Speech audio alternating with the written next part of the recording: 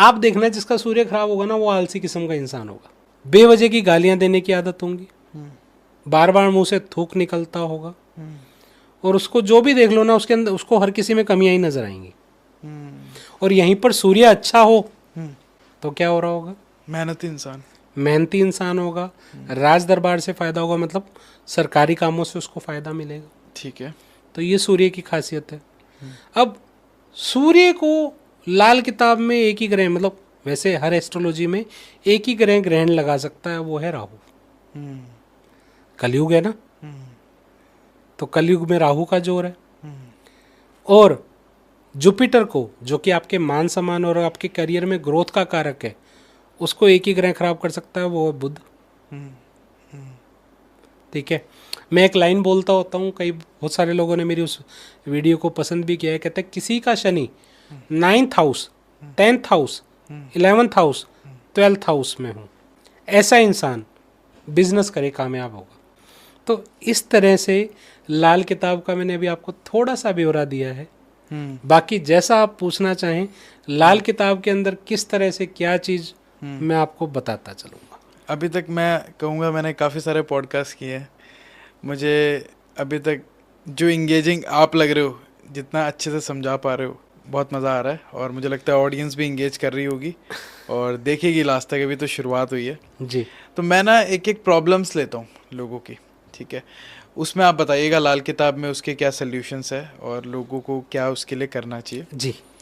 तो सबसे पहले बात करते हैं, बहुत सारे लोगों को पैसे की प्रॉब्लम है। अगेन पैसे की भी बहुत सारे तरीके से प्रॉब्लम हो सकती है। पहला अपन लेते हैं कि एक इंसान जो नौकरी कर रहा है उसको नौकरी में तरक्की नहीं मिल रही है, तो वो क्या कर सकता है? जुपिटर।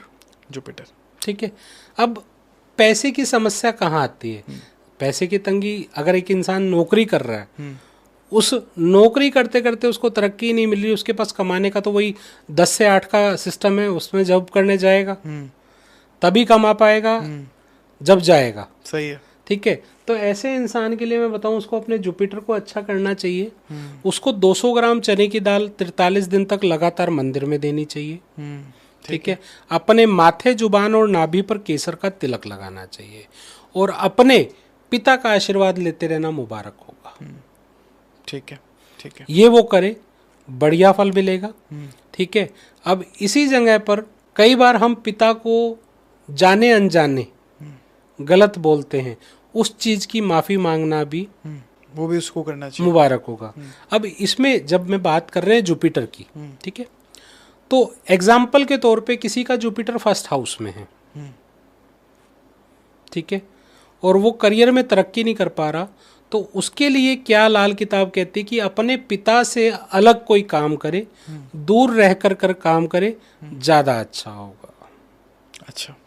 और उसी तरह से जुपिटर किसी का 2nd हाउस में है, तो ऐसा इंसान 200 ग्राम चने की दाल मंदिर में दे, केसर का तिलक माथे, जबान, नाभि पर लगाए।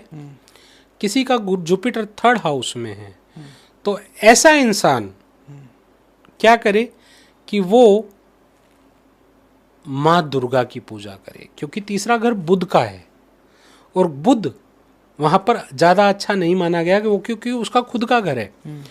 परंतु जब जुपिटर यहाँ आ जाता है तो ये ऐसा इंसान माँ दुर्गा की पूजा नहीं करता, तो जुपिटर भी यहाँ बुध का रूप ले लेता है। अच्छा।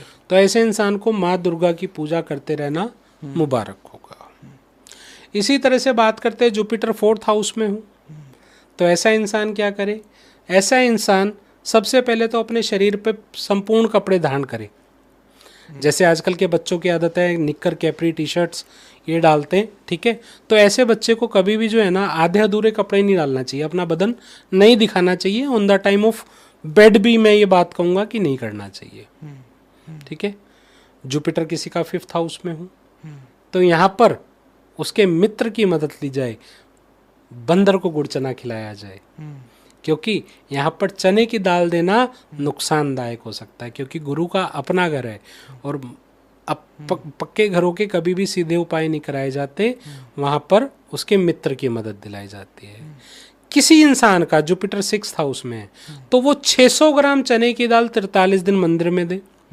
अब जुपिटर 6th हाउस के बारे में बात बोलूं तो ऐसे इंसान के जो होता है ना, मतलब अगर खराब है, कुछ योग होते हैं, क्योंकि मैं यहाँ पे योग समझाने लगा तो आप ये समझो 10-11 घंटे का पॉडकास्ट हो जाएगा, ठीक है। पर मैं यहाँ पर थोड़ा सा बता देता हूँ, खराब होने की निशानी क्या है। खराब जब होगा ना तो ऐसा इंसान मेहनत ज़्यादा कर रहा होगा, रिजल्ट नहीं आ रहे हो। कई लोगों को ये प्रॉब्लम होती है, ठीक है। तो ये जुपिटर 6th हाउस वालों के लिए साथ साथ बता रहा हूँ, मैं हर एक हाउस के हिसाब से उपाय बता रहा हूँ। एक क्वेश्चन मेरा और है यहाँ पे कि कोई इंसान कैसे पता करेगा कि उसका कौन सा ग्रह कौन से हाउस में? बहुत आसान है, आजकल ऐप स्टोर पे जाओ, कोई भी कुंडली सॉफ्टवेयर डाउनलोड करो, अपनी date of birth, birth time, birth place डालो, ठीक है, ठीक है। आपके सामने एक चार्ट प्रिपेयर होके आ जाएगा, जो सेंटर का जो सबसे बीच का नंबर, सेंटर का है जो सबसे बीच का नंबर होगा वो फर्स्ट हाउस है, ठीक है। उससे एंटी क्लॉकवाइज 1 से 12 नंबर काउंट होते हैं। तो जैसे 1 2 3 4 5 6 7 8 9 10 11 12, ठीक है। तो मैं अभी जैसे हर हाउस के अनुसार आपको उपाय बता रहा हूं। अच्छा, बड़ा आसान है, उसमें उसको पता लग जाएगा उसका जुपिटर कौन से हाउस अपने एस्ट्रोलॉजर खुद बनो ना, में। ठीक है। जब बहुत ज्यादा दिक्कत आ रही है, नहीं समझ में आ रहा क्या करें, तो एस्ट्रोलॉजर के पास जाओ, सही है, ठीक है। भटकना का है, आजकल तो गूगल बाबा सब कुछ बताते हैं, है ना। जब गूगल बाबा सब कुछ बताते हैं तो उसमें जो बताया जा रहा है तो उसके ऊपर वही बात है, इल्म कर रहे हो तो उसके ऊपर अमल भी करो। इससे भी आसान तरीके आ गए हैं आजकल, चैट जीपीटी जैसे सॉफ्टवेयर आ गए हैं। पर चैट जीपीटी जो है आपकी जिंदगी को नहीं बदल पाएगा, वो सही बात है, ठीक है, लेकिन आसान कर देते हैं, आसान कर देता है। मतलब कम से कम आपको पता होता है। इतना नॉलेज होने के बाद मैं ये कह सकता हूँ कि आम इंसान किसी भी फेक एस्ट्रोलॉजर के पास फंसेगा नहीं। हाँ, वही बात है, वही बात, ठीक है ना।